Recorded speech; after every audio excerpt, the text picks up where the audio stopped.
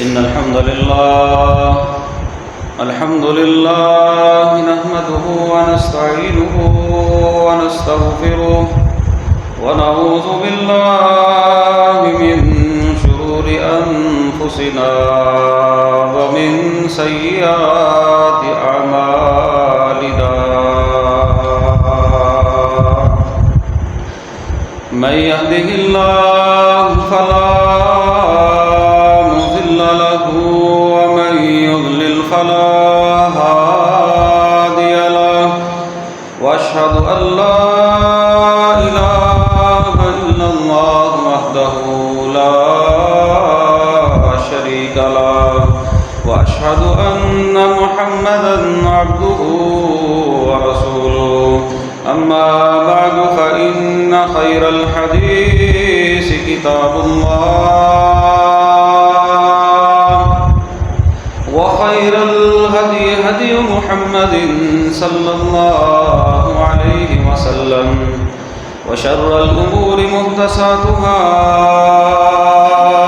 وكل محدثة بدعة وكل بدعة ضلالة وكل ضلالة في النار. يا أيها الذين آمنوا اتقوا الله حق تقاته ولا تموتن إلا وأنتم مسلمون. يا اتقوا ربكم الذي خلقكم من نفس واحدة وخلق منها زوجها وبث منهما رجالا كثيرا ونساء واتقوا الله الذي تساءلون به والأرحام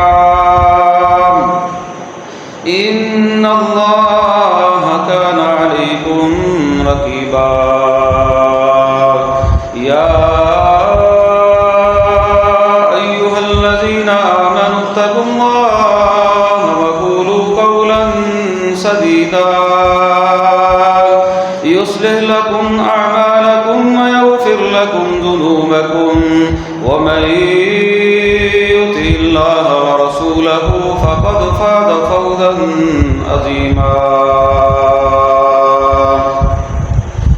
رب اشرح لي صدري ويسر لي أمري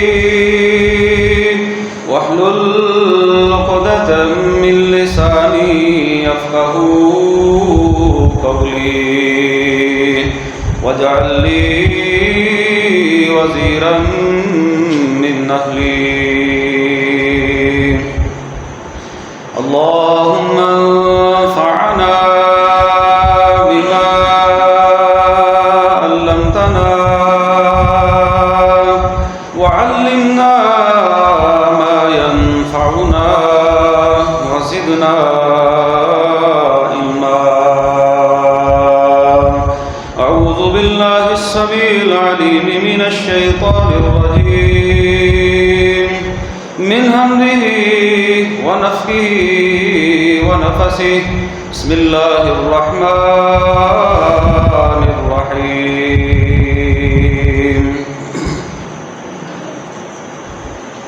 ومن يشاقق الرسول من بعد ما تبين له الهدى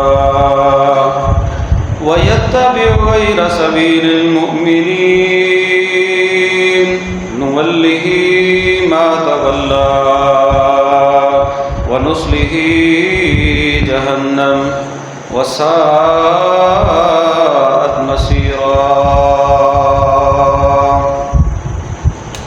ہر قسم کی حمد و ثنا بڑائی کبریائی اقتداری بادشاہی شہنشاہی اللہ رب العالمین کی ذات کے لیے خاص ہے جو علی کل شیء قدیر ہے، فعال لما یرید ہے، ہر چیز پر وہ قادر ہے، جو وہ چاہتا ہے وہ کرتا ہے.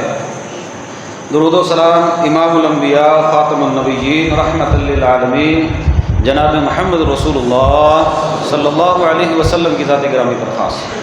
بخشش و رحمت کی دعا صحابہ کرام، اہل بیت، باب نظام اولیاء کرام محدثین اعظام اور بزرگان دین کے لیے حمد و ثنا کے بعد میرے قابل احترام بزرگوں، ساتھیوں، دوستوں، میری ماں بہنوں، آج کے اس مختصر سے وقت میں انشاءاللہ ہم 3 چیزوں کو سمجھیں گے، 3 چیزوں پر ڈسکس ہوگی انشاءاللہ۔ آپ کو جو مروجہ ہمارے ہاں یہ عید کا سلسلہ ہے، اس کی قرآن و سنت کی روشنی میں بات سمجھ آ جائے گی۔ پہلی چیز ہے دین اسلام کو، قرآن و سنت کو صحابہ اکرام رضوان اللہ علیہم اجمعین کے فہم پر سمجھنا ہے۔ دوسری چیز جشن کیا چیز ہے، اس کا دین کے ساتھ تعلق ہے یا نہیں، اور جشن کے نام پر جو سلسلہ ہمارے ہاں شروع ہو چکا ہے اصاف اور تبذیر والا، اس کا دین اسلام سے کتنا تعلق ہے۔ اور تیسری چیز ہے اسلام میں بدعت حسنہ کی کوئی حیثیت ہے یا نہیں ہے، اسلام میں بدعت حسنہ کا کوئی تصور ہے یا نہیں ہے۔ بس ان 3 چیزوں کو انشاءاللہ مختصر سے وقت میں آپ کے سامنے بیان کرنے کی اور سمجھانے کی کوشش کروں گا، تاکہ ہمیں صحیح معنوں میں قرآن و سنت کی جو ہے وہ سمجھ آ جائے۔ پیارے بھائیوں، یاد رکھیں، جب سے اللہ رب العالمین نے اپنے پیارے پیغمبر جناب محمد رسول اللہ صلی اللہ علیہ وسلم کو دنیا میں مبعوث کیا ہے، اس کے بعد اب تک جب ہم اس دنیا میں زندگی گزار رہے ہیں، اللہ تعالیٰ نے دین اسلام کے لیے ایک طریقہ جو ہے وہ بیان کیا ہے۔ وہ طریقہ یہ ہے کہ اللہ کے نبی صلی اللہ علیہ وسلم نے جو دین اپنے شاگردوں کو، صحابہ کو بیان کیا تھا، انہوں نے اس دین کو کس طرح سمجھا۔ نبی پاک صلی اللہ علیہ وسلم پر نازل ہونے والے دین کے لیے سب سے پہلی چیز یہ ہوتی ہے، اگر آپ قرآن مجید کا ترجمہ، معنی اور مفہوم سمجھنا چاہتے ہیں تو سب سے پہلے دیکھیں کہ قرآن مجید کی تفسیر قرآن مجید کیسے کرتا ہے۔ قرآن مجید بعض جگہ پر اپنے لفظوں کی تفسیر خود بیان کر دیتا ہے، دوسری جگہ پر یہ تفسیر کا بہترین طریقہ ہوتا ہے کہ قرآن اپنی تفسیر خود کر دے۔ دوسرا طریقہ یہ ہوتا ہے کہ قرآن مجید کی تفسیر جناب محمد رسول اللہ صلی اللہ علیہ وسلم جو ہے وہ کس طرح جو ہے وہ کر رہے ہیں، قرآن کو نبی پاک صلی اللہ علیہ وسلم نے کس طرح جو ہے وہ سمجھایا ہے، کیونکہ وہ منزل من اللہ، جو تشریح جناب رسول اللہ صلی اللہ علیہ وسلم کو اللہ تعالیٰ نے سمجھائی، وہ آپ نے اپنے شاگردوں کو سمجھایا۔ کتاب والحکمہ، وہ کتاب و حکمت، وہ حکمت اور دانائی جو اللہ تعالیٰ نے نبی پاک صلی اللہ علیہ وسلم کو عطا کی۔ تیسرا طریقہ اس کا یہ ہے کہ کوئی بات ایسی ہے جو ہمیں قرآن سے اور سنت سے صحیح سمجھ نہیں آ رہی، تو پھر آپ صحابہ کی زندگی کو دیکھیں گے، صحابہ کے عمل کو دیکھیں گے کہ صحابہ نے اس کے اوپر کس طرح جو ہے وہ عمل کیا، انہوں نے قرآن کی اس آیت کو کس طرح سمجھا اور کس طرح اس کے اوپر عمل کر کے دکھایا۔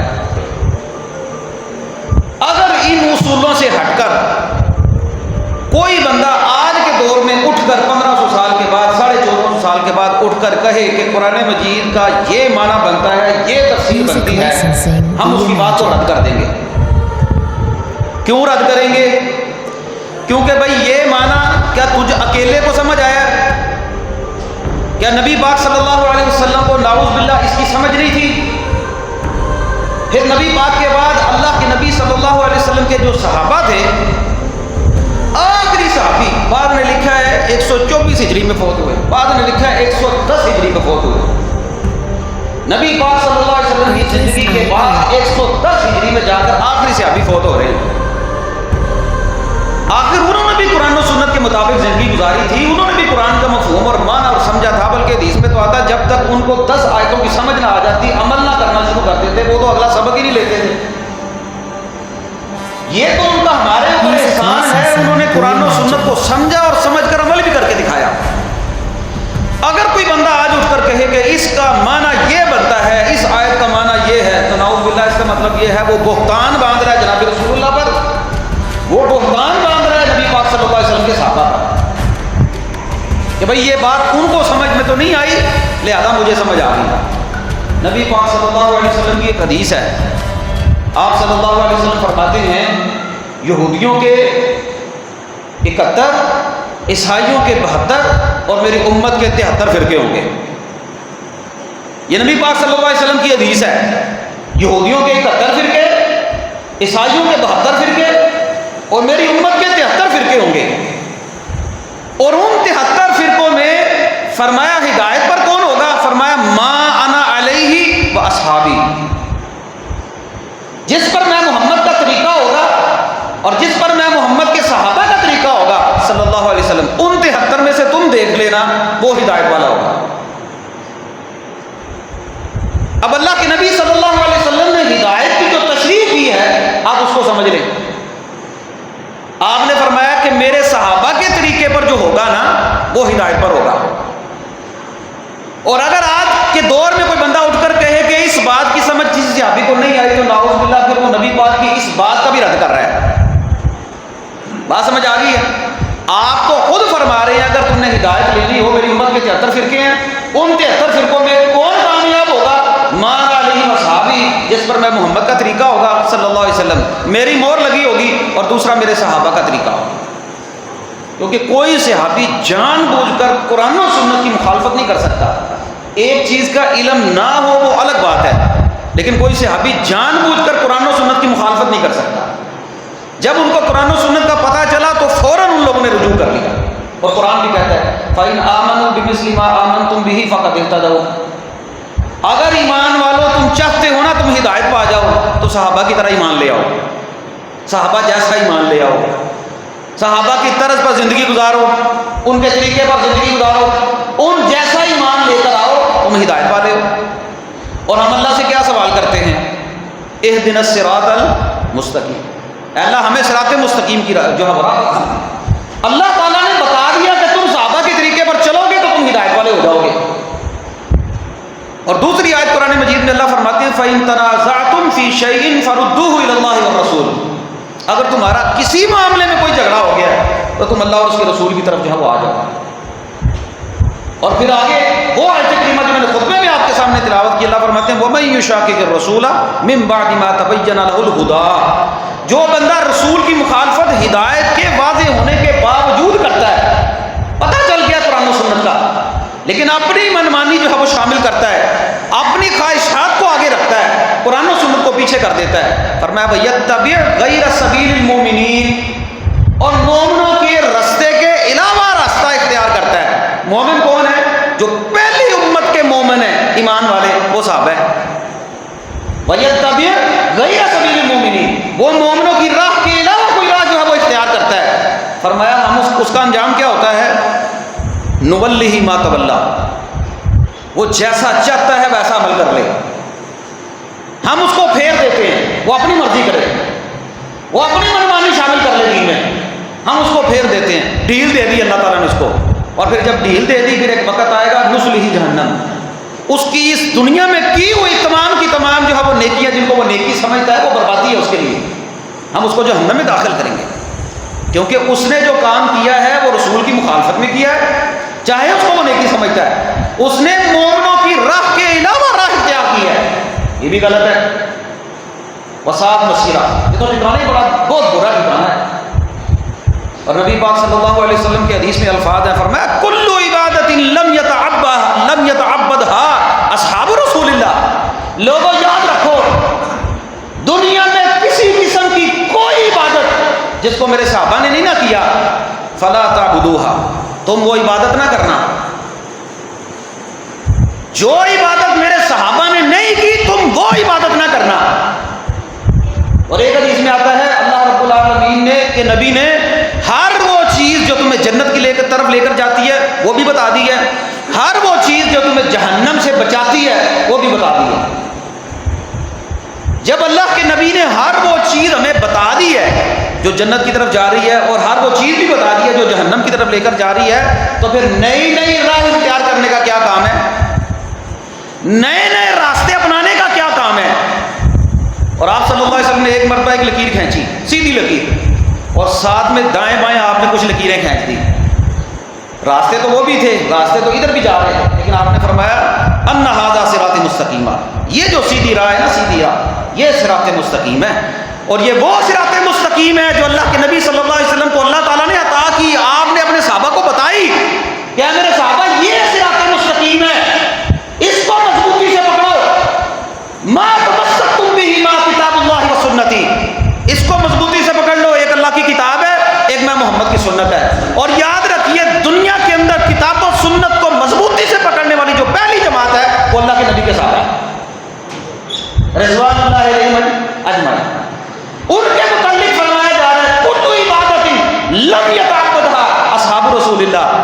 تعبدوها، لوگوں جو کام میرے نبی کے کسی صحابی نے نہیں نہ کیا وہ نہ کرنا عبادت سمجھ کر، کیونکہ وہ عبادت نہیں ہے۔ اب یہ بنیادی طور پر ایک جو ہے وہ میں نے بات سمجھا دی۔ پہلی بات جو ہمیں سمجھ میں آئی وہ یہ ہے کہ دین کو سمجھنا ہے صحابہ کے فہم پر۔ اللہ کے نبی کے صحابہ نے اس کو کس طرح سمجھا تھا کہ اگر قرآن مجید کی کوئی آیت ہے، نبی پاک صلی اللہ علیہ وسلم کی کوئی حدیث ہے، اس کو اللہ کے نبی کے صحابہ کس طرح سمجھتے تھے، انہوں نے اس کو کس طرح سمجھا۔ یہ دین ہے، اپنی منمانی نہیں چلے گی۔ میں اگر یہاں پر کھڑا ہو کر قرآن مجید کی کسی آیت کا مفہوم کوئی اپنی طرف سے بیان کروں گا نا، وہ نہیں مانا جائے گا۔ وہ بات مانی جائے گی جو جناب رسول اللہ صلی اللہ علیہ وسلم کے صحابہ نے جو ہے وہ سمجھی، بات ختم ہوگی۔ یہ بنیادی نقطہ ہے۔ دین اسلام کے کسی بھی حکم کو سمجھنے کے لیے اس نقطے کو آپ پلے باندھ لیں۔ آج کے دور میں کھڑا ہو کر کوئی بندہ کہے گا نا اس کا یہ معنی اور یہ مطلب ہے، قرآن مجید پہلے قرآن مجید کی تفسیر، پھر قرآن مجید نبی پاک صلی اللہ علیہ وسلم کے احادیث، پھر جو ہے وہ نبی پاک صلی اللہ علیہ وسلم کے صحابہ کا عمل۔ پہلی بنیادی تین چیزیں۔ اور دوسری بات رہ گئی یہ جو مروجہ، یہ جو چیز ہمارے ہاں رائج ہو گئی ہے، چلو اب تو سرکاری طور پر بھی ہمارے ملک میں یہ چیز منائی جا رہی ہے، نبی پاک صلی اللہ علیہ وسلم کی ولادت کا جو دن ہے یہ ہے یا نہیں ہے، یہ ایک الگ بات ہے۔ نبی پاک صلی اللہ علیہ وسلم کی ولادت کی خوشی میں ہمارے ہاں یہ جو سلسلہ جشن کا منایا جاتا ہے کہ جشن کرو، جشن قرآن و سنت کا لفظ نہیں ہے۔ عشق کا جو لفظ ہے یہ قرآن و سنت کا لفظ نہیں ہے، یہ تو بازاری لفظ ہے، بازاری۔ عشق کا لفظ بھی اور جشن کا لفظ بھی یہ ہم اپنی تسکین کے لیے جو ہے جو کام کرتے ہیں نا اس کو جشن کہا جاتا ہے۔ قرآن و سنت کے اندر جشن کا لفظ نہیں ہے۔ اصل جو چیز ہے دو چیزیں ہیں، ایک تو یہ ہے اس کا دین اسلام سے کوئی تعلق نہیں، جس طرح ہم دنیا کے سارے کام کرتے ہیں یہ بھی آپ کر رہے ہیں، ہمیں اس پر کوئی اعتراض نہیں، آپ اچھا کریں آپ برا کریں، اللہ نے آپ کا حساب لے لینا ہے۔ ایک تو یہ بات۔ دوسری بات یہ ہے کہ آپ اس کو دین سمجھ کر کرتے ہیں۔ جب آپ اس کو دین سمجھ کر کریں گے تو دو چیزیں ہیں، یا تو اس میں ثواب ہے یا اس میں گناہ ہے۔ اس میں گناہ ہے یہ کوئی نہیں مانتا، یہ نہیں مانیں گے۔ اس میں ثواب ہے، اس ثواب کا ہمیں کس نے بتایا ہے؟ نبی پاک نے بتایا ہے؟ نہیں۔ نبی پاک صلی اللہ علیہ وسلم کے صحابہ نے بتایا ہے؟ نہیں۔ یہ کوئی اصول جو پہلے میں نے آپ کو سمجھایا ہے اس اصول کو بھی سمجھ لیں۔ اگر تو یہ ثواب ہے تو اس کے بارے میں نبی پاک نے کچھ بتایا ہوگا۔ نبی پاک صلی اللہ علیہ وسلم نے فرمایا کہ میری ولادت کے دن اس طرح کا کام کرو، یہ نہیں ہے۔ دیکھیں پھر یہاں پر ایک بنیادی نقطہ دیکھیں کیا ہے۔ اسلام نے خوشی کے لیے دو عیدیں رکھی ہیں، عید الفطر، عید الاضحیٰ۔ جب چاند رمضان کا 29 دن کا ہو جائے یا 30 دن کا ہو جائے تو اللہ کے نبی کیا فرماتے ہیں، یکم شوال کو کیا کرو، عید الفطر۔ یکم شوال کو کیا کرنی ہے، عید الفطر۔ اور جب ذوالحجہ کا چاند نظر آ جائے تو 10 ذوالحجہ کو تم نے کیا کرنی ہے، عید الاضحیٰ، بڑی عید۔ عید الفطر کی بھی تاریخ بتائی، عید الاضحیٰ کی بھی تاریخ بتائی۔ عید الفطر یکم شوال ہفتے کو آ جائے، اتوار کو آ جائے، سوموار کو آ جائے، منگل بدھ جمعرات جمعہ ہفتے میں کسی دن بھی آ جائے۔ اسی طریقے سے عید الاضحیٰ بھی کسی دن بھی آ جائے۔ فرمایا دنوں کے ساتھ اس کا تعلق نہیں، اس کا تعلق تاریخ کے ساتھ ہے۔ بات سمجھ آ گئی؟ جب باری آئی نبی پاک صلی اللہ علیہ وسلم کی ولادت کی، قرآن و سنت میں تاریخ نہیں بتائی گئی۔ ہاں کچھ سیرت نگاروں نے تاریخ لکھی ہے، کوئی 9 کہتا ہے، کوئی 12 کہتا ہے، کوئی جو ہے وہ اس سے ہٹ کر بھی کہتا ہے، سیرت نگاروں نے لکھا ہے، قرآن و سنت میں نہیں ہے۔ صحیح بخاری میں جو روایت ہے نا، نبی پاک صلی اللہ علیہ وسلم فرماتے ہیں، اور جو دیگر کتب احادیث میں جو روایت ہے، اللہ کے نبی فرماتے ہیں میں سوموار والے دن پیدا ہوا، سوموار والے دن ہی میرے اوپر وحی آئی۔ یعنی کہ نبی پاک صلی اللہ علیہ وسلم نے اپنی پیدائش کے بارے میں بتایا تو فرمایا سوموار کا دن، اور آپ اس سوموار کے دن کیا کرتے تھے؟ آپ نے فرمایا اللہ کے نبی سوموار اور جمعرات کا روزہ رکھا کرتے ہیں، اور سوموار والے دن اللہ کے نبی کو اللہ نے پیدا کیا، آپ اس کی جو ہے وہ سوموار والے دن کا روزہ رکھا کرتے ہیں۔ اب آج جو عید یہ جو آئی ہے ہمارے ہاں، یہ 12 ربیع الاول، آج کون سا دن ہے؟ جمعے کا دن۔ اب دنوں کے ساتھ اللہ نے اس کو نہیں جوڑا تھا۔ نبی پاک صلی اللہ علیہ وسلم کا عمل دیکھیں اپنے دن کے اعتبار سے ہے، تاریخ کے اعتبار سے نہیں ہے۔ نبی پاک صلی اللہ علیہ وسلم نے اپنی ولادت کو دن کے ساتھ رکھا ہے، سوموار کے ساتھ، کہ سوموار والے دن فرمایا کہ میری ولادت ہوئی ہے اور میں روزہ رکھتا ہوں۔ بات سمجھ آ گئی ہے؟ اب اس دن کے متعلق یا تو یہ ثواب ہے یا یہ ثواب نہیں۔ اگر ثواب ہے تو اس کے بارے میں نبی پاک نے کچھ بتایا، جب نبی پاک نے نہیں بتایا پھر نبی پاک کے صحابہ نے اس کو نہیں سمجھا، پھر نبی پاک کے صحابہ کو اس کی سمجھ نہیں آئی. اگر ان کو نہیں سمجھ آئی تو تمہیں آج کس طرح سمجھ آ گئی ہے؟ اگر قرآن و سنت کے وہ دلائل جو تم آج دیتے ہو، ان دلائل کا اللہ کے نبی کے صحابہ کو نہیں پتا تھا، اس کا معنی اور مفہوم ان کو نہیں پتا تھا، اس کے بارے میں ان کو نہیں پتا چلا. جب ان سے کہا جائے نا کہ صحابہ نے یہ کام نہیں کیا تو یہ کہتے ہیں کہ بھئی اللہ کے نبی کے صحابہ کے دور میں تو یہ پکی مسجدیں بھی نہیں تھی، یہ گاڑیاں بھی نہیں تھیں، یہ جہاز بھی نہیں تھے، تم ان میں سفر کیوں کرتے ہو، تم پکی مسجدیں کیوں بناتے ہو؟ یہ فضول ایک بات ہے. بدعت جو ہوتی ہے نا اس کا معنی مفہوم یہ ہوتا ہے کہ دین اسلام میں کوئی نئی کام ایجاد کرنا. مثال کے طور پر جمعے کے ہم کتنے فرض پڑھتے ہیں؟ 2، ہم اس کو کرتے ہیں 4. کر سکتے ہیں؟ عصر کے 4 پڑھتے ہیں، ان کو کرتے ہیں 8. کر سکتے ہیں؟ عید کی اذان نہیں دیتے، نماز جنازہ کی اذان نہیں دیتے. یہ ہے دین میں نیا کام، یہ ہے دین میں نیا کام. فجر کی 2 کی بجائے 4 کر دیں، عصر کی 4 کی بجائے 1 رکعت کر دیں کہ بھئی ایک پڑھنی ہے ہم نے، نہ زیادہ اور نہ کم. جب دین اسلام جو اللہ کے نبی صلی اللہ علیہ وسلم نے بیان کر دیا اس میں کمی پیشی کرنا یہ بدعت ہے، نہ کہ یہ جو ایجادات ہیں، یہ جو سہولیات ہیں ان کو بدعت کہا جائے. گمراہ کرتے ہیں ان چیزوں کا حوالہ دے کر کے. اس وقت سواریاں بھی نہیں تھی، تم اونٹوں پر سفر کرو، تم گدھوں پر سفر کرو، گھوڑوں پر سفر کرو. نبی پاک صلی اللہ علیہ وسلم نے تو اے سی والی گاڑی میں سفر نہیں کیا، آپ نے تو پکی مسجدیں بھی نہیں بنائی. تم جہاز میں بیت اللہ جاتے ہو، کیوں جاتے ہو اس وقت؟ یہ طریقے فضول ہیں، لوگوں کو گمراہ کرنے کے لیے ہیں. اور اگر کوئی بندہ قرآن و سنت کو سمجھنے والا اللہ کی قسم وہ بھی بیٹھ کر وہ روتا ہوگا کہ یہ تو لوگوں نے اس کا دین کا کیا حشر کر دیا ہے اور ہم نے ان کو کیا بیان کیا تھا. جو قرآن و سنت کو سمجھنے والا بندہ ہے نا اس کے سامنے وہ اس طرح کی کوئی بات کرے گا وہ کہے گا یہ تو جہالت ہے، یہ تو بندہ جہالت کی معراج پر پہنچ چکا ہے، اس کو بدعت کا نہیں پتا. اور پھر دیکھیں جشن کے نام پر دین اسلام میں اس طرح کے کام ہیں جو آج ہمارے اس دور میں ہو رہے ہیں. دین اسلام میں کہتے ہیں جی تمہیں اپنے بیٹے کے پیدا ہونے پر اتنی خوشی ہوتی ہے، تمہیں اللہ کے نبی کے پیدا ہونے پر کوئی خوشی نہیں. اور وہ بندہ مسلمان ہی نہیں جس کو نبی پاک کے آنے کی خوشی نہیں، جس کو نبی پاک صلی اللہ علیہ وسلم کے ساتھ محبت نہیں. میں نے آپ کو حدیث سنائی ہے پچھلے خطبے میں، اللہ کے نبی فرماتے ہیں جب تک تمہیں میں محمد ہر چیز سے بڑھ کر، تمہارے والدین تمہاری اولاد ہر چیز سے بڑھ کر نہیں نا تم مومن نہیں ہو سکتے. اگر تم نے کہا تھا یا رسول اللہ ہر چیز سے بڑھ کر عزیز ہیں، میری جان سے نہیں، آپ نے فرمایا عمر ایمان نہیں ہے. جب انہوں نے کہا نا میری جان سے بھی بڑھ کر آپ مجھے عزیز ہیں تو پھر فرمایا تم ایمان والے ہو گئے ہو، اب تم ایمان والے ہو. نبی پاک صلی اللہ علیہ وسلم کی آنے کی خوشی کس کو نہیں ہے؟ لیکن اصل چیز یہ تھی کہ نبی پاک کی سیرت کو اپنایا جاتا، نبی پاک کے طریقے کو اپنایا جاتا. کیا یہ 12 ربیع الاول کا دن یہ زندگی میں ایک بار آیا ہمارے پاس؟ جو پچھلے سال عید میلاد النبی کا دن آیا تھا، 12 ربیع الاول کا دن آیا تھا جس کا ہم نے جشن بھی منایا تھا، کیا پورے سال میں مسلمانوں نے نبی پاک کی سیرت کو اپنا لیا؟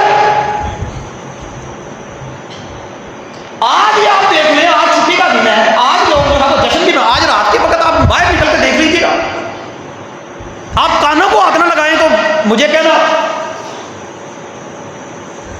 اصل شیطان نے زین للناس حب الشہوات، شیطان نے شہوات کی محبت کو مزین کر دیا اور ظلم اس نے یہ کیا، اس نے آخری نبی کے نام پر بنگڑے ڈلوائے، اس نے آخری نبی کے نام پر لڑکیوں کو نچوایا، اس نے آخری نبی کے نام پر لڑکی حور بن کر بیٹھی ہوئی ہے، حور نکلی ہوئی ہے جی میلاد النبی کے جوش میں. نوجوان لڑکے ڈانس کر رہے ہیں، بھنگڑا ڈال رہے ہیں، تبلے بج رہے ہیں، سرنگی بج رہی ہے، اور پہاڑیوں کے نام پر جو عورتوں کو گھر میں تیار کر کر کے بازاروں میں نکالا گیا ہے یہ نبی کے نام پر ہو رہا ہے. یہ شیطان نے جو ظلم کیا نا، اور اس ظلم کا جو شکار ہم مسلمان نبی کا نام لینے والے ہو گئے، اس کو تو کوئی بھی تسلیم نہیں کرے گا کہ مردوں کا اطلاق، مردوں کا آپس میں اتفاق میں اکٹھے ہو جانا. شریعت اسلامیہ میں تو وہ عبادت جو نماز، فرض نماز کی عبادت تھی، اللہ کے نبی صلی اللہ علیہ وسلم کے عورتوں کو تلقین کیا کرتے تھے. وہ صبح کی نماز میں جلدی جلدی آتی ہے، اندھیرے اندھیرے میں آتی ہے اور اندھیرے میں نکل جاتی ہے، اندھیرے میں نکل جاتی ہے. واقعہ بیان کرتے ہو حضرت فاطمہ الزہرا کے کہ انہوں نے کہا تھا کہ میرا جنازہ رات کے وقت اٹھانا کوئی مرد نہ دیکھ لے، اور اس نبی کے نام پر تم اپنی نوجوان لڑکیوں کو گھروں سے نکالتے ہو، بنگلے ڈالتے ہو، یہ دین کے نام پر ہو رہا ہے. اس کو تو دین نہ کہو، خدا کا نام ہے، اس کو تو دین نہ کہو. پھر کہتے ہیں سوائے ابلیس کے جہاں میں سبھی تو خوشیاں منا رہے ہیں. یہ جملہ یہیں پر نہیں ٹھہرتا, یہ جملہ اللہ کے نبی کے صحابہ تک جا رہا ہے. ظلم نہیں ہے, اس کو تو دین نہ کہو. ہاں چلو اتنی گنجائش ہم بھی دیتے ہیں, ایک بندہ جو ہے وہ چلو کیا دیتا ہے, کوئی محفل کروا دیتا ہے, کوئی نعت پڑھ رہا ہے, کوئی قرآن و سنت کا درس دے رہا ہے بیٹھ کر, وہ تو جلسے ہمارے اہل حدیث بھی کرواتے ہیں. آپ کے جلسے نہیں ہوتے, سیرت النبی کا جلسہ نہیں ہوتا 12 ربیع الاول کو, آج بھی کئی ہوں گے. حالانکہ میری نظر میں یہ بھی صحیح نہیں. ایک دن کو خاص کر کے آپ کوئی کام کریں گے تو آپ ان لوگوں کو غلط کس طرح کہہ سکتے ہیں؟ آپ نے مخصوص کر لیا اس دن کو کہ نبی کی ولادت کے دن ہم نے یہ جلسہ کرنا ہے, تو پھر جب بریلوی کر رہے ہیں, وہ محفل کر رہے ہیں, آپ سیرت النبی کا جلسہ کروا رہے ہیں, فرق تو کوئی بھی نہیں ہے. کہ ہے کوئی فرق؟ نام ہی بدلا ہے نا. ایک نے سیرت النبی نام رکھ لیا, ایک نے محفل میلاد نام رکھ لیا. وہ کہتا ہے میں بھی جلسہ کر رہا ہوں, میں بھی مولوی بلوا کر جلسہ کرتا ہوں, وہ کہتے ہیں ہم بھی مولوی بلوا کر جلسہ کرتے ہیں, تو فرق تو کوئی بھی نہیں ہے. اس بات پر ہم کو گنجائش نکلتی ہوئی نظر آتی ہے. بھائی ہم کہتے ہیں کر لو, کوئی کہتا ہے ہم تو درود و سلام پڑھتے ہیں, درود پڑھو. کیا اللہ کے نبی صلی اللہ علیہ وسلم کا درود پڑھنا یہ 12 ربیع الاول کا محتاج ہے؟ صلی اللہ علیہ وسلم. اصل جو چیز ہے وہ جو دعوت فکر میں دینا چاہتا ہوں اپنے بھائیوں کو, اللہ کے بندو, یہ دین نہیں ہے کم از کم. جس کو ہم نے جشن کا نام دے دیا نا, یہ دین نہیں ہے. یہ بھنگڑے ڈالنا دین نہیں ہے, ڈھول بجانا دین نہیں ہے, تبلے بجانا دین نہیں ہے, لڑکیوں کو بے پردہ بازاروں میں نکالنا دین نہیں ہے, بازاروں کو آباد کرنا, مسجدوں کو ویران کرنا دین نہیں ہے. اور جتنے ہم لوگ عشق کے مارے آج فجر کی نماز میں مسجدوں کی حالت دیکھ لیتے آپ. میرے پاس تو پھر بھی 2 صفحے تھی, آپ انہیں کی مسجدوں میں جا کر دیکھ لیں, انہیں کی مسجدوں میں کل فجر کی نماز میں آپ دیکھ لیجیے گا. جو جشن منانے والے ہیں, جو نبی کے نام پر جشن منائیں گے, وہ نبی جس نے ساری زندگی ایک نماز بھی نہیں چھوڑی. اللہ کے نبی صلی اللہ علیہ وسلم بیماری کی حالت میں, صحابی فرماتے ہیں, صحیح بخاری کے الفاظ ہیں, جب آپ سے اٹھا نہیں نہ گیا, آپ 2 صحابہ کے کندھوں پر ہاتھ رکھتے ہوئے آپ زمین پر, آپ کے پاؤں ایسے گھسٹ رہے تھے کہ زمین کے اوپر لائن لگ رہی تھی, اور آپ جا کر مسجد نبی کے اندر جا کر نماز پڑھ کر آئے تھے. دعویٰ کرنا بڑا آسان کام ہے, ہمیں نبی کے ساتھ بڑی محبت ہے, نبی پاک کی سیرت کو اپنانا اصل کام ہے. تو دوسری بات یہ ہے, یہ جو جشن کے نام پر ہم نے کام شروع کر لیا ہے نا, یہ بگڑے ڈالنا اور یہ اس طرح کے, اگر نہیں تو آپ رات کے وقت دیکھ لیجیے گا, ہر سال بدعت بند نہیں ہوتی, ہر سال نئے سے نیا کام ہوتا ہے. اور اگر اللہ تعالیٰ نے آپ کو سمجھ دی ہے, آپ سمجھدار لوگ ہیں, آپ اس کو کبھی بھی یہ نہیں کہہ سکتے یہ دین ہے. لوگوں کا راستہ روکنا, لوگوں کو تکلیف دینا, پہاڑیوں کے نام پر جو ہے وہ ہلا ہلا اور جو ہے وہ ہلڑ بازی کرنا. نبی پاک صلی اللہ علیہ وسلم نے تو راستے کو روکنے والے کے متعلق کہا تھا, صحابہ سے کہہ دیا تھا, جس نے راستہ روکا اس کا جہادی کوئی نہیں ہے. اور کیا یہ سارے کا سارا دین ان کے برے صغیر میں ہمارے مولویوں کو سمجھ آیا؟ آپ عربوں میں چلے جائیں, اللہ کی قسم ان کو پتہ بھی نہیں ہے. وہ مدینہ الرسول جس کے متعلق اللہ کے نبی نے فرمایا تھا کہ دین اسلام سکڑ جائے گا, سکڑ جائے گا, اور ایسے سکڑے گا جیسے سانپ نے اپنی بل کے اندر سکڑ جاتا, مدینے میں قید ہو جائے گا. علم جو ہے وہ مدینے میں ٹھہرے گا جا کر, ان مدینے والوں کو پتہ بھی نہیں. وہ صحابہ کی اولادیں, وہ نیک لوگوں کی اولادیں, ان کو پتہ بھی نہیں, عربوں میں پتہ بھی نہیں اس چیز کا.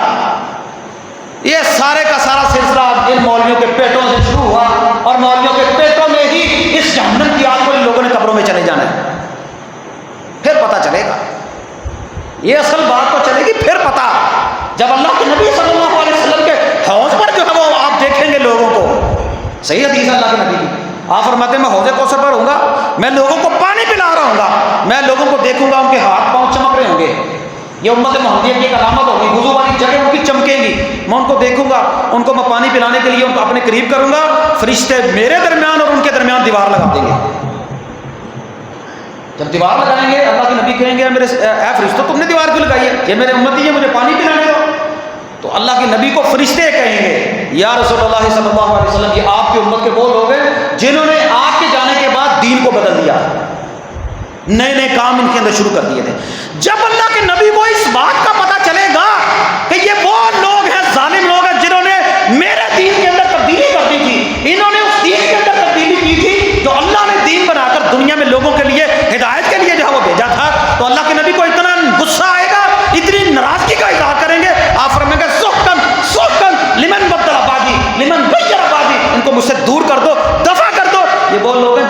بعد دین کو ہی تبدیل کر دیا. ہم اس بات پر ہمیں یقین نہیں کہ اللہ کے نبی نے جو بتایا اس کے اوپر عمل کریں. اللہ کے نبی کے صحابہ نے جو کر کے دکھایا ہمارے لیے وہ دین تھوڑا ہے.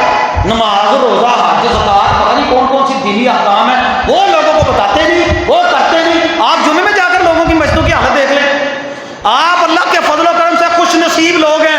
اللہ آپ کی زندگیوں میں برکت دے کہ آپ کو بتایا, آپ کو مسئلہ سمجھ آ گیا. میں الحمدللہ ممبر پر کھڑا ہوں, اندر کا حال فل تھا. یہ اللہ کا احسان ہے نا آپ پر کہ اللہ نے آپ کو دین کی سمجھ دی ہے. آپ مسجدوں میں جا کر دیکھ لیں, 2 بندے بیٹھے ہوتے ہیں, مولوی کلّا ہی کلب کرتا ہے. جب باتیں سیکھنے کی باری آتی ہے, سمجھنے کی باری آتی ہے, اس وقت ہمیں اچھی نہیں لگتی دین کی باتیں. اصل بات یہ ہے کہ ان کو بتایا نہیں گیا صحیح معنوں میں. اگر ان کو قرآن و سنت صحیح معنوں میں سمجھایا جائے, آج بھی اگر کوئی صحیح معنوں میں ان کو سمجھائے گا انہوں نے کہنا تو بھابی ہو گیا. اس کے اوپر سب سے پہلے فتویٰ یہ لگتا تو بھابی ہو گیا. 2 باتیں ہو گئی ہیں. جو موجودہ اور مربجہ جشن ہے اس کا قرآن و سنت سے کوئی تعلق نہیں. جتنا ہے اتنا مان لو. ولادت کی خوشی سب کو ہے, سیرت سب بناتے ہیں, جلسہ درود یہ کام تو کر رہا ہے, وہ ایک الگ بات ہے. لیکن یہ ہلڑ بازی نہیں ہے دین اسلام کہ ہے یا اسراف اور تبذیر, یہ نہیں ہے. یہ ہلڑ بازی وہ نبی جو نکاح کی خوشی بھی کام کرنے جا رہے ہیں. ایسا ہوا خیر النکاح ہی ایسا ہوا, بہترین نکاح وہ ہوتا ہے جس میں آسانی ہو. بہترین نکاح ہوتا ہے جس میں آسانی ہو. اعلانیہ کرو, آسانی والا نکاح کرو. اس خوشی کے موقع پر بھی ہمیں یہ حکم نہیں ہے کہ ہم ہلڑ بازی کرنا شروع کر دیں. ہم تو لوگوں کو یہ بتاتے ہیں. تیسری چیز ہے بدعت حسنہ. ایک ہے بدعت, ایک ہے حسنہ. جب اعتراض کیا جاتا ہے نا کہ یہ دین میں نیا کام ہے تو یہ بدعت نہیں, کہ بدعت حسنہ ہے. بدعت حسنہ کہتے ہیں دین اسلام میں کوئی بھی ایسا کام جس کو لوگ اچھا سمجھتے ہوں اور لوگوں کے اندر وہ جاری ہو جائے نیکی سمجھ کر, اس کو کہتے ہیں بدعت حسنہ. جبکہ دین اسلام میں بدعت حسنہ کی کوئی گنجائش نہیں ہے. ہر قسم کی بدعت گمراہی ہے. اللہ کے نبی جب بھی خطبہ پڑھتے ہیں نا آپ کہتے ہیں خیر الحدی ہدی محمد صلی اللہ علیہ وسلم. لوگوں بہترین ہدایت میرے محمد کی ہدایت ہے صلی اللہ علیہ وسلم. شر الامور محدثاتها, اور بری ترین چیزیں دین میں نئے نئے کام ہیں. وکل محدثۃ بدعہ, ہر بدعت جو ہے وہ گمراہی ہے. وکل ضلالۃ فی النار, اور ہر گمراہی بندے کو جہنم میں لے جائے گی. نئے نئے جتنے بھی کام ہیں یہ بندے کو گمراہ کرتے ہیں, یہ بندے کو دور لے جاتے ہیں, یہ بندے کو دین اسلام کے قریب بھی نہیں رہنے دیتے. یہ اتنی بڑی جو ہے وہ گمراہی ہے. شر الامور محدثاتها, اور نبی پاک کے الفاظ من احدث فی امرنا ھذا ما لیس منہ فہو رد. جس پر میں محمد کی مہر نہیں جس کام پر, وہ عمل قبول نہیں ہونا, وہ عمل قبول نہیں ہونا. میں نے پہلے مثال دی ہے. اب ہم ایک رکعت میں 2 سجدے کرتے ہیں. سجدے میں ہم کون سی تسبیح پڑھتے ہیں؟ سبحان ربی الاعلی, کم سے کم سبحان ربی الاعلی. اب میں کہوں یار میرا جو دل کرتا ہے میں ایک رکعت نا 4 سجدے کراں, میں ایک رکعت کیا کی کراں 4 سجدے کراں. میرا دل کرتا ہے کیونکہ میرا دل کرتا ہے میں اللہ کی تعریف بیان کراں. سبحان ربی الاعلی, کتنے سونے کلمے ہیں. میرا رب پاک ہے, میرا رب بلند ہے. نماز ہو جائے گی کیوں؟ سبحان ربی الاعلی, سبحان ربی الاعلی غلط ہے, سبحان ربی الاعلی غلط ہے. میں کو نماز جنازہ کے لیے لوگوں کو اعلان کر کے اکٹھا کرنا پڑتا ہے, اذان دے لیا کریں گے. اب اذان میں اللہ اکبر اشہد ان لا الہ الا اللہ اشہد ان محمد رسول اللہ, اتنے بڑے بڑے کلمے ہیں, غلط ہے نہیں؟ یہ تو کوئی غلط نہیں. لیکن جب دین میں نیا کام شامل ہو جائے گا تو آپ گمراہ ہو جائیں گے. آپ کی وہ نیکی نہیں رہے گی, وہ گمراہی بن جائے گی, وہ رسوائی بن جائے گی. اس لیے امام مالک رحمہ اللہ کہا کرتے تھے لوگوں من ابتدع فی الاسلام بدعۃ, جو بندہ دین اسلام میں نیا کام جاری کرتا ہے نا جراحا حسنۃ, اور سمجھتا ہے میں نے بڑا نیکی کا کام کیا, بڑا اچھا کام کیا ہے, فرمایا فقط زعم ان محمدا خان الرسالہ, وہ بندہ یہ سمجھتا ہے کہ محمد کو جو اللہ نے دنیا میں نبی بنا کر بھیجا تھا نا انہوں نے دین ہم تک پورا نہیں پہنچایا, وہ خیانت کر کے چلے گئے ہیں. نعوذ باللہ من ذالک. یہی بات ہوگی نا. اللہ کے نبی کہہ رہے ہیں میں نے تم تک دین پہنچا دیا ہے, دین مکمل ہو گیا ہے, اب اس کو مضبوطی سے پکڑ لینا, اس پر عمل کرنا, تم کامیاب ہو جاؤ گے. 1500 سال کے بعد اٹھ کر کوئی ملا کوئی ملوانا بات کا اللہ کے نبی کو نہیں پتا چلا، اس بات کا ابوبکر، عمر، عثمان، علی اور دیگر صحابہ کو بھی پتا چلا۔ یہ میں تمہیں بتاتا ہوں، یہ بدعت حسن ہے، یہ اچھا کام ہے، لہذا تم یہ کرنا شروع کر دو۔ اللہ کے نبی فرماتے ہیں، وہ امام مالک کہتے ہیں جو بندہ یہ سمجھتا ہے نا، اس کا یہ عقیدہ ہے، فقط زعم ان محمد، اس کا یہ عقیدہ ہے کہ محمد صلی اللہ علیہ وسلم خانہ رسالہ، نعوذ باللہ رسالت کا حق ادا کر نہیں گئے، وہ تو خیانت کر کے چلے گئے، ہے نا جاتی۔ آخر وہ چیز کہ نبی پاک سے بڑھ کر کوئی عبادت کر سکتا ہے؟ جب نبی کوئی کام نہیں کر رہے تم اس کو دین بنا کر پیش کرو گے، وہ کس طرح دین بن سکتا ہے؟ تمہارے پر وحی آتی ہے، دین تو قرآن و سنت کا نام ہے، وحی کا نام ہے۔ وہ عمل جن کو عمر بن خطاب کو نبی پاک نے فرمایا تھا، عمر میرے بعد اگر کوئی نبی ہوتا تو عمر ہوتا، حضرت عمر نے بھی نہیں کیا۔ حضرت عمر کہتے اس وقت غربت پڑی تھی، عجیب منطق اور فلسفہ ہے، جھنڈے کپڑے نہیں تھے اس وقت، کپڑے نہیں تھے، وہ جھنڈے نہیں بنا سکتے تھے، ان کے پاس گھوڑے نہیں تھے، وافر تھے، اب تو یہاں پر گھوڑے نہیں ملتے ہمیں، سب کچھ وافر تھا، لیکن جو کام اب ہم نے شروع کر لیے نا، اللہ کی قسم اگر کوئی صحیح معنوں میں بندہ اہل علم آدمی ہے نا، وہ کبھی بھی نہیں کہے گا یہ کام دین ہے۔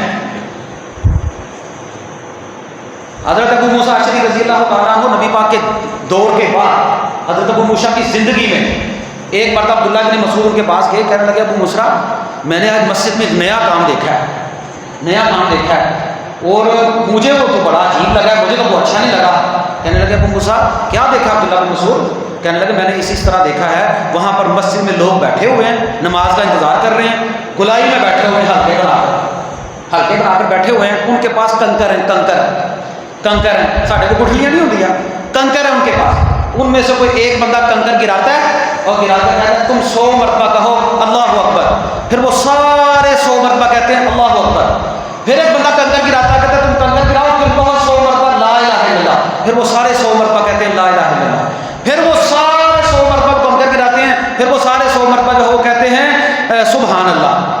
یہ تصویر میں نے دیکھی ہے، وہ ہلکے بنا کر بیٹھے ہوئے ہیں اور مجھے تو کام یہ بڑا عجیب لگا ہے۔ ابو موسیٰ اشعری کہنے لگے پھر آپ نے ان کو روکا نہیں؟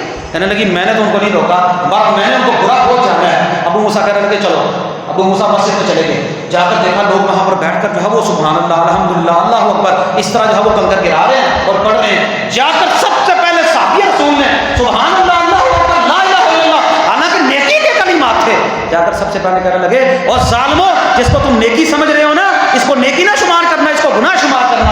ابھی تو اللہ کے نبی کے کپڑے بھی پوشیدہ نہیں ہوئے، ابھی تو اللہ کے نبی کے استعمال شدہ برتن بھی نہیں ٹوٹے، تم نے ظالموں نیا کام کرنا شروع کر دیا دین میں۔ یہ صحابی رسول کی زندگی میں ابو موسیٰ اشعری کہتے ہیں ظالموں سبحان اللہ اللہ اکبر لا الہ الا اللہ، وہ لوگ کہنے لگے ابو موسیٰ ہم تو اس کو نیکی سمجھتے ہیں۔ کہنے لگے جس کو تم نیکی سمجھتے ہو اس نیکی کا نبی پاک کو نہیں پتا تھا، اللہ کے نبی کے دور میں ہم نے اس طرح کا کام نہیں کیا، اور تم نے یہ ہلکے بنا کر کون سا کام شروع کر لیا ہے؟ اللہ کے نبی کے دور میں تو نماز کے بعد ہوتا تھا، ہر بندہ فردن فردن پڑھتا سبحان اللہ سبحان اللہ سبحان اللہ الحمدللہ الحمدللہ الحمدللہ اللہ اکبر اللہ، فردن فردن، وہ بھی نماز کے بعد 33 مرتبہ سبحان اللہ، 33 مرتبہ الحمدللہ، 33 مرتبہ اللہ اکبر، اور 100 پورا کرنے کے لیے لا الہ الا اللہ وحدہ لا شریک لہ۔ وہ صحابی رسول کے ایک فتوے نے ان کے سارے حلقے کو جہنم میں پھینک دیا، صحابی رسول کے ایک فتوے نے اس سارے کے سارے کام کو جہنم میں پھینک دیا۔ فتوا نہیں دیا، انہوں نے کہا ہم تو اس کو نیکی سمجھ کے کرتے ہیں، کوئی لا الہ الا اللہ کہہ رہا ہے، کوئی اللہ اکبر کہہ رہا ہے، کوئی سبحان اللہ کہہ رہا ہے، کہتا نا نا نا نا نا۔ ابو موسیٰ اشعری کہتے ہیں نا، وہ ظالموں اللہ کے نبی کے کپڑے پوشیدہ نہیں ہوئے، اللہ کے نبی کے برتن نہیں ٹوٹے، ہم نے تو اللہ کے نبی کے دور میں یہ کام نہیں کیا، تم کیوں کرتے ہو؟ یہ کوئی نیکی نہیں۔ لو اب کہتے ہیں جی یہ تو نیکی ہے، یہ تو ہم نیکی سمجھ کر کرتے ہیں، وہ نیکی جس پر محمد رسول اللہ کی موت نہیں، وہ نیکی نہیں ہے، وہ برائی ہے اور وہ قیامت کی رسوائی ہے۔ آج اور ہم تو 1500 سال کے بعد پیدا ہونے والے لوگ ہیں، آؤ میں آپ کو لے کر چلوں اللہ کے نبی صلی اللہ علیہ وسلم کے دور میں۔ اللہ کے نبی کے گھر کے اندر 3 صحابی آئے، 3 صحابی آ کر کہنے لگے اللہ کے نبی عبادت کس طرح کرتے ہیں؟ نبی پاک نہیں ملے، امی عائشہ جو ہے وہ مل گئی، امی عائشہ نے کہا اللہ کے نبی تو اس طرح عبادت کرتے ہیں، رات بھی کرتے ہیں، روزہ بھی رکھتے ہیں. جب ان صحابہ نے، کون لوگ؟ وہ صحابہ جن کے متعلق اللہ کے نبی نے فرمایا جس نے ایمان کی حالت میں محمد کو دیکھ لیا اللہ نے اس کے اوپر جہنم کی آگ کو حرام کر دیا. یہ اس وقت کی بات ہے، یہ آج کے ملا ملوانے مولوی کی بات نہیں ہے، یہ میری بات نہیں، یہ آپ کی بات نہیں. اس کو پیچھے رکھتے ہیں. اللہ کے نبی کے دور میں صحابی گئے جا کر کہنے لگے، عائشہ سے سوال کرنے لگے اللہ کے نبی عبادت کس طرح کرتے تھے؟ تو انہوں نے جب سنا نا وہیں پر کھڑے کھڑے صحابی کہنے لگا اچھا اتنی عبادت، لو میں تو پھر ساری رات نفل ہی پڑھتا رہا کروں گا، نفل ہی پڑھوں گا ساری رات، میں نے سونا ہی نہیں. دوسرے صحابی کہنے لگے میں تو ساری زندگی روزے رکھوں گا، ایک بھی نہیں چھوڑنا، روزے ہی رکھوں گا. تیسرے کہنے لگے میں نے شادی نہیں کروانی، جب شادی کرواؤں گا تو بیوی بچوں میں مصروف ہو جاؤں گا، میری عبادت میں خلل آ جائے گا، لہذا میں نے یہ بھی نہیں کرنا. یہ تین باتیں امی عائشہ نے سنی اور وہ چلے گئے. نبی پاک صلی اللہ علیہ وسلم آئے، آپ نے بتایا امی عائشہ نے یا رسول اللہ آپ کے فلاں فلاں صحابی آئے تھے، انہوں نے اس طرح سوال کیا، میں نے یہ جواب دیا، آگے سے انہوں نے یہ سوال یہ باتیں کی ہیں. آپ نے ان کو بلوا لیا. جب بلایا نا آپ نے کہا اور لوگوں یاد رکھو میرے صحابہ، اتقاکم للہ، میں تم سب سے زیادہ اللہ سے ڈرنے والا ہوں.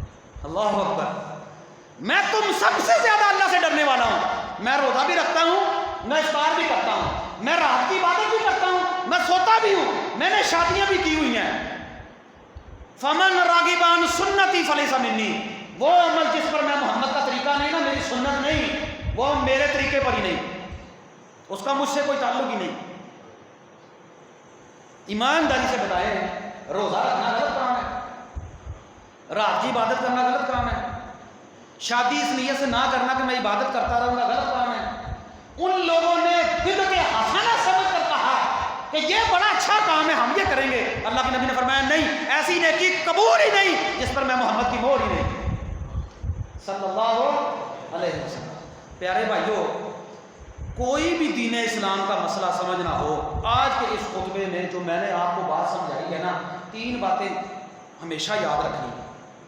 آپ نماز، روزہ، حج، زکوٰۃ، کسی قسم کا دنیا جہان کا کوئی مسئلہ ہو، میں ہوں یا دنیا کا کوئی بڑے سے بڑا مولوی ہو، آپ اس سے صرف ایک ہی سوال کریں گے کہ اس کا جو آپ نے چیز بیان کی ہے اس کی دلیل ہمیں قرآن سے. اب تو ان سے دلیل پوچھو نا تو وہ اپنے لوگوں سے پتہ کیا کہتے ہیں، آپ نے میلاد منانا ہے، آپ نے بھنگڑا ڈالنا ہے، آپ نے خوشی کرنی ہے، اس کے لیے دلیل بھی نہیں مانگنی ہے نا. حالت کہ نبی کا میلاد بغیر دلیل کے مناؤ، کون کہتا ہے نہ مناؤ؟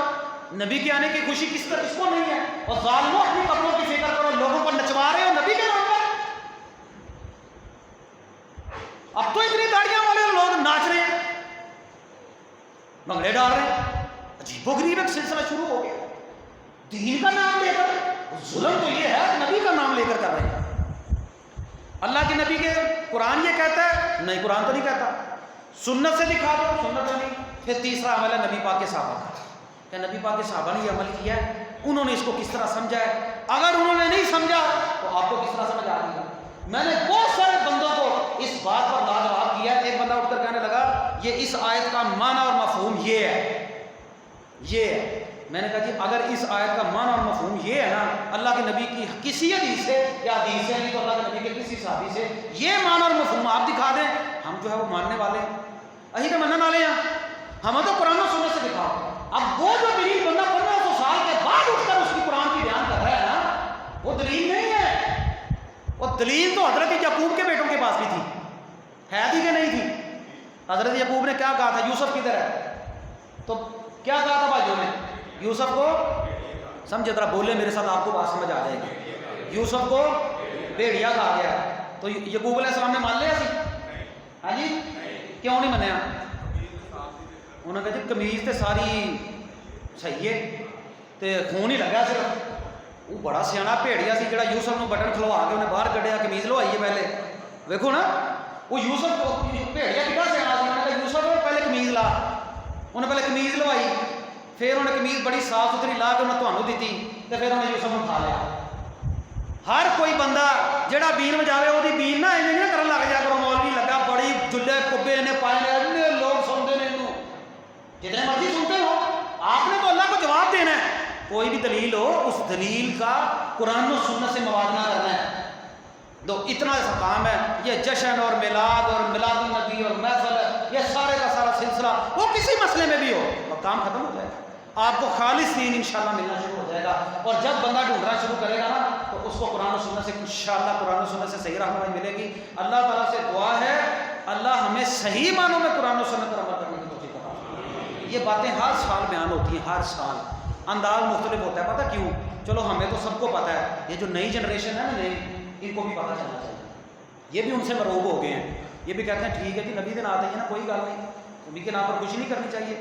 اللہ کے نبی کے نام پر یہ جو کھانا ہے نا، نام اگر ذبح اللہ کے نبی کے نام کا کیا ہے نا وہ بھی حرام ہو جاتا ہے. صرف اللہ کے نام کا ذبح حلال ہے. اللہ کے نام کا، اللہ کے نام کا کھانا حلال ہوتا ہے. کھانا پینا، لوگوں کو کھلانا، مسکینوں کو کھلانا، غریبوں کو کھلانا کون منع کرتا ہے؟ بھائی آپ روزانہ کھلاؤ، آپ روزانہ لوگوں کی مدد کرو، آپ روزانہ اللہ کے نبی پر درود پڑھو، کوئی منع نہیں کرتا. لیکن قرآن و سنت کے دائرے میں رہ کر. اقول قولی ھذا استغفر اللہ لي ولکم.